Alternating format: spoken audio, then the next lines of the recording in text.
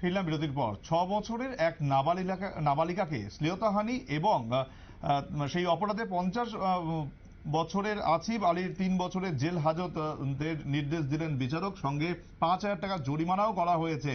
তার সঙ্গে জরিমানা যদি না দেওয়া হয় 6 মাসের জেল হাজত আরো বাড়বে বলেই জানিয়েছেন বিচারক। ঘটনা ঊনকোটি জেলার জেলা সদর কৈলাসহরে।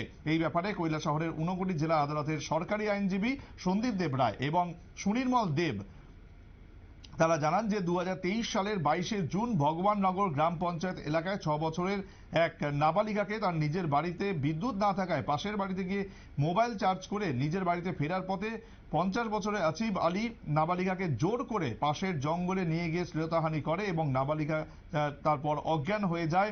পরবর্তী সময় নাবালিকাকে উদ্ধার করে ঊনকোটি জেলা হাসপাতালে চিকিৎসা করানোর জন্য নিয়ে যাওয়া হয়েছিল এবং একই দিনে বিকেলে কৈলাসহরের মহিলা থানায় আসিফ আলীর বিরুদ্ধে লিখিত অভিযোগ দায়ের করেন নাবালিকার মা। মামলার তদন্তকারী অফিসার উষা রানী দেবনাথ। ঘটনার পরের দিন পুলিশ তাকে আটক করে আসিফ আলীকে। পুলিশ মামলায় যে ধারাগুলো প্রয়োগ করা হয় তারই ভিত্তিতে এতদিন ধরে মামলা চলছিল।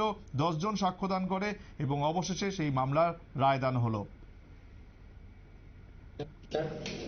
আজ এখানে আমি government pleader advocate Sandeep Debra আমার পাশে আছেন ঊনকোটি জুডিশিয়াল ডিস্ট্রিক্টের special PP advocate Sunirmal Deb মহাশয়।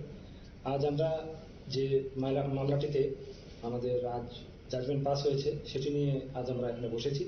তো মামলাটি খুব শর্ট অ্যান্ড প্রিসাইজ ম্যানার আপনাদের আজকে বলছি। 22/6/2023 একটি মামলা হয়েছিল আমাদের কৈলাসহর ওমেন পিএস। মামলাটি এরকম ছিল, একটি মাইনর 6 ইয়ার্সের ও যখন 6 বছরের নাবালিকাকে শ্লীলতাহানি করা হয় তারই অবশেষে ফল বেরোলো। 2023 সালের ঘটনা, 2025 সালে সেই ঘটনায় শাস্তি ঘোষণা করলেন বিচারক।